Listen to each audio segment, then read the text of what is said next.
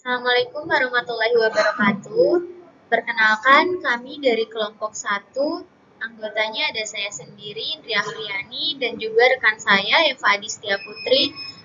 Pada kesempatan kali ini, kami akan mempresentasikan materi dengan tema yaitu konsep dasar perilaku organisasi. Video ini kami buat guna memenuhi tugas besar dari mata kuliah perilaku organisasi dengan dosen pengampun Ibu Siti Anissa Wardiniawati, STM SI. Baik, yang pertama ada definisi perilaku organisasi. Pengertian perilaku organisasi adalah suatu studi yang berfokus pada perilaku individu dan kelompok dalam suatu organisasi, serta dampaknya terhadap kinerja organisasi, kelompok, dan individu secara keseluruhan. Perilaku organisasi menurut para ahli, salah satunya yaitu Dr. Adam Indrawijaya, yaitu perilaku organisasi adalah bidang studi yang mempelajari sebuah aspek yang berkaitan dengan tindakan manusia, baik berpengaruh pada anggota terhadap organisasi maupun organisasi terhadap anggotanya. Nah, secara garis besar, perilaku organisasi ini melibatkan analisis interaksi antara individu ataupun kelompok dan struktur organisasi. Selanjutnya yaitu ruang lingkup perilaku organisasi, di mana ruang lingkup perilaku organisasi melibatkan studi tentang bagaimana individu dan kelompok berperilaku dalam suatu organisasi. Ini mencakup berbagai aspek, antara lain seperti yang pertama, perilaku individu, yang kedua ada interaksi kelompok, yang ketiga kepemimpinan, yang keempat ada budaya organisasi, yang kelima struktur organisasi, yang keenam motivasi kerja, dan yang terakhir yaitu perubahan dalam organisasi. Tujuan studi perilaku organisasi. Studi perilaku organisasi bertujuan untuk memahami, menganalisis, dan memprediksi bagaimana perilaku individu, kelompok, ataupun struktur dalam suatu organisasi dengan tujuan untuk meningkatkan efektivitas organisasi. Adapun caranya yaitu sebagai berikut. Yang pertama meningkatkan kepuasan kerja, meningkatkan komunikasi, pengambilan keputusan, meningkatkan kepemimpinan, dan membangun budaya organisasi. Faktor individu, sosial, dan budaya. Yang pertama adalah faktor individu dalam organisasi. Apa sih yang dimaksud dengan faktor individu dalam organisasi? Nah, faktor individu yang mempengaruhi perilaku organisasi mencakup berbagai faktor yang berhubungan dengan kepribadian, motivasi, dan juga kemampuan individu dalam bekerja. Ada beberapa faktor yang dapat mempengaruhi, diantaranya yaitu yang pertama, karakteristik biografis, yaitu usia, jenis kelamin, status perkawinan, dan juga pengalaman kerja. Yang kedua adalah kepribadian, yang artinya yang mempengaruhi bagaimana individu berinteraksi dan beradaptasi dalam lingkungan kerja. Yang ketiga, keyakinan individu terhadap kemampuan diri dalam menyelesaikan tugas. Yang keempat, ada keyakinan individu mengenai kontrol atas hasil kerja, baik internal maupun eksternal.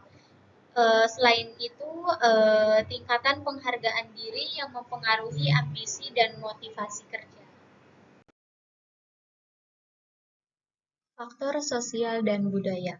Faktor sosial dan budaya dalam perusahaan meliputi antara lain yang pertama ada budaya organisasi, yaitu dapat dipengaruhi oleh nilai, keyakinan, dan sikap individu dalam perusahaan.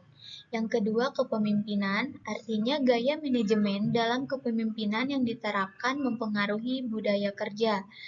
Yang ketiga, komunikasi, di mana pola komunikasi yang efektif membantu menyebarluaskan tujuan dan misi perusahaan. Yang ketiga ada karakteristik karyawan, artinya latar belakang demografi dan nilai-nilai individu berkontribusi pada dinamika budaya organisasi.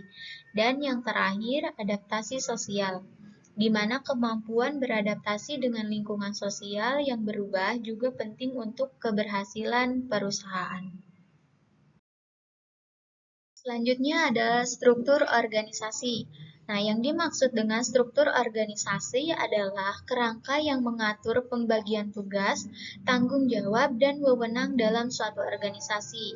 Ini mencakup hierarki manajemen, departemen, serta aliran informasi. Struktur ini membantu dalam mengorganisasikan sumber daya dan pengambilan keputusan, serta menjelaskan kedudukan dan hubungan antar anggota. Jenis struktur organisasi ini meliputi fungsional, matriks, dan divisional, yang masing-masing memiliki kelebihan dan kekurangan, tergantung pada tujuan dan ukuran organisasi dalam perusahaan tersebut.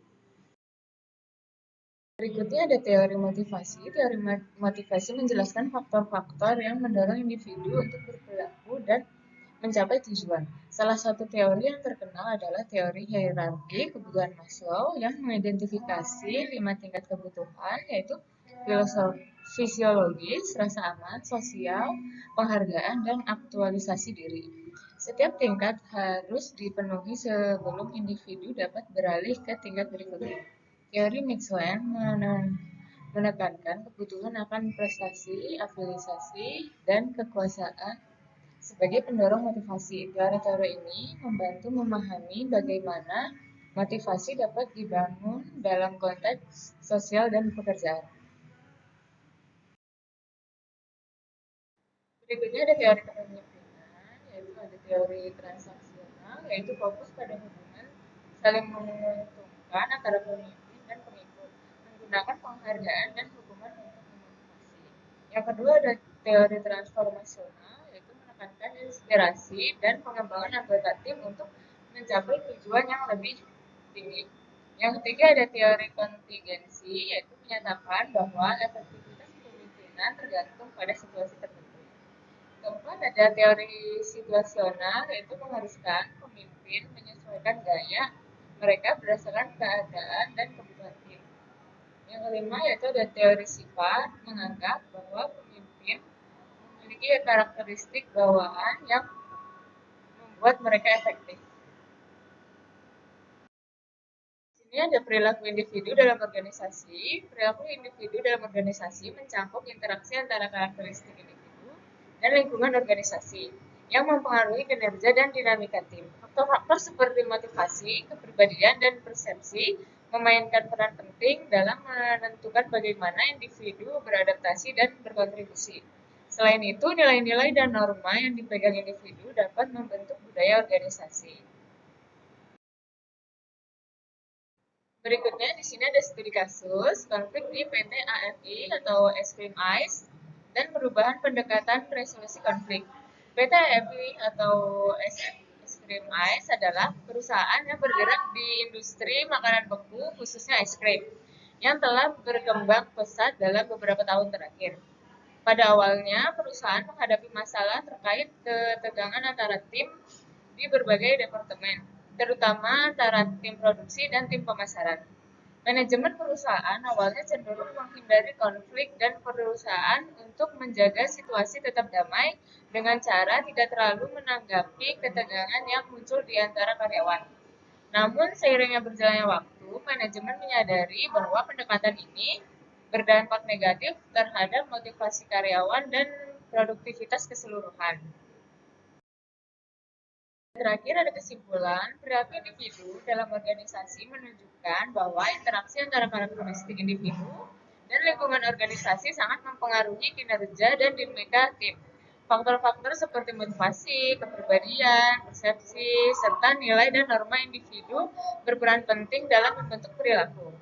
Perilaku individu dipengaruhi oleh karakteristik pribadi seperti motivasi, kepribadian, persepsi, dan nilai-nilai yang dimiliki.